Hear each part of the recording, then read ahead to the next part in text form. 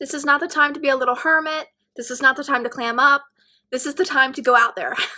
This is the time to get it going. So I'm going to talk about some mistakes people make with HOCD. Of course, there are many, but as I said in my previous video, which you guys should watch, about misconceptions, I'm going to just narrow it down to a few. The first one would be not socializing or dating. All of a sudden, you feel the need to self-isolate, which is normal, but it's not, it just feeds the OCD. It's exactly what the OCD wants. As I said in previous videos, OCD is very self-centered. It wants the whole world to revolve around all the attention on OCD. That's not what you're going to want to do if you want to get rid of it. Going out with your friends or dating or whatever you want to do, you're deprioritizing OCD. It's not at the forefront of your brain anymore, because that's really where it thrives. It's at the forefront of your brain. You're obsessed. You're thinking about it. No, it's time to stop, and it's time to stop the avoidance as well. I honestly did not think, a little side note, that I didn't even know what avoidance was, to be honest. I didn't know that it had to do with my OCD. I thought it was just like a me thing.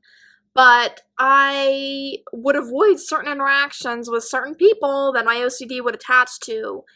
And, I missed out on some experience. Looking back, I'm like, what was I doing? Also, the other thing was me self-isolating from my family a lot, like 90% of the time.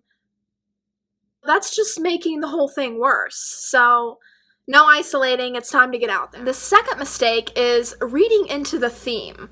Because of the times that we're in, everybody thinks, like I said in my misconceptions video, that HOCD is different from other themes, that it's like somehow we need to really, really get under the microscope and, actually keep questioning and keep obsessing because we're going to get somewhere because we live in a society where everybody's questioning. No. What are you doing? It's just like every other OCD. It's just like washing your hands 1,000 times. It's not useful. It has nothing to do with the subject matter. You're obsessing, and that's bad, and you need to stop. So that is the second mistake, is you keep going with it, and you don't want to do ERP because you think that you're actually going to find an answer, because HOCD is somehow magically different from all the other themes, that you're exempt from doing ERP, that it's not going to work. Just because HOCD is a topic that is related to your personal development that some people think is fluid, it's not fluid. What are you doing? It's not fluid. It's just, so no, that's not even true. Okay. The other one. Not talking about it. All of a sudden, I know with OCD it kind of hits you pretty fast. All of a sudden you're like embarrassed. Okay, no, this is not the time to be embarrassed, because just because it's not something that's talked about frequently doesn't mean that it shouldn't be talked about at all. Talk about it with your family members. Try to explain it to them in a way that you're telling them, hey, I have these irrational, they sure say irrational, thoughts that are really against what I want to go towards. I don't know how to deal with them. I know it's OCD, and I don't really know how to get help at this moment in time. Could you help me? Could you support me in this journey? Because if you stay silent, this goes with isolating, if you stay silent and stuff, you're not going to get the support you need, and you need support. As much as I think people are capable of doing it alone, is it the fastest way? No. Is it the best way? No. And it's certainly not the ideal way to go about getting rid of this. The third one. The fourth one? We're on somebody, okay? You using your support system to you is asking somebody else for reassurance and then them giving it to you.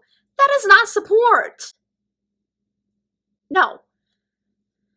That's not support. What support is telling you, like maybe somebody giving you exposures as an idea. Hey, this is actually one of the exposures that really, really got me to face my fear with. This is an exposure that my therapist gave me. Just, it's kind of like networking. Okay, this is what I did for ERP this week. What did you do? That is support, to make that clear. So these are some mistakes that people may be making with HOCD, and I'm deciding if I want to give you guys an exposure like I did last time. So this is me deciding. Should I?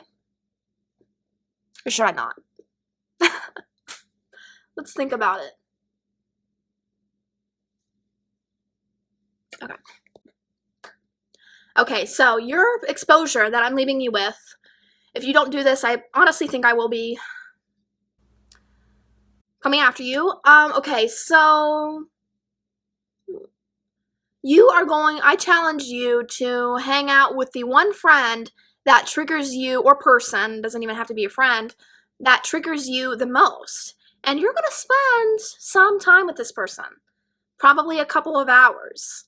And you're probably gonna fall on the floor and convulse, but that's not gonna be an issue in the long term, and you're just gonna have to sit with the anxiety and run with it.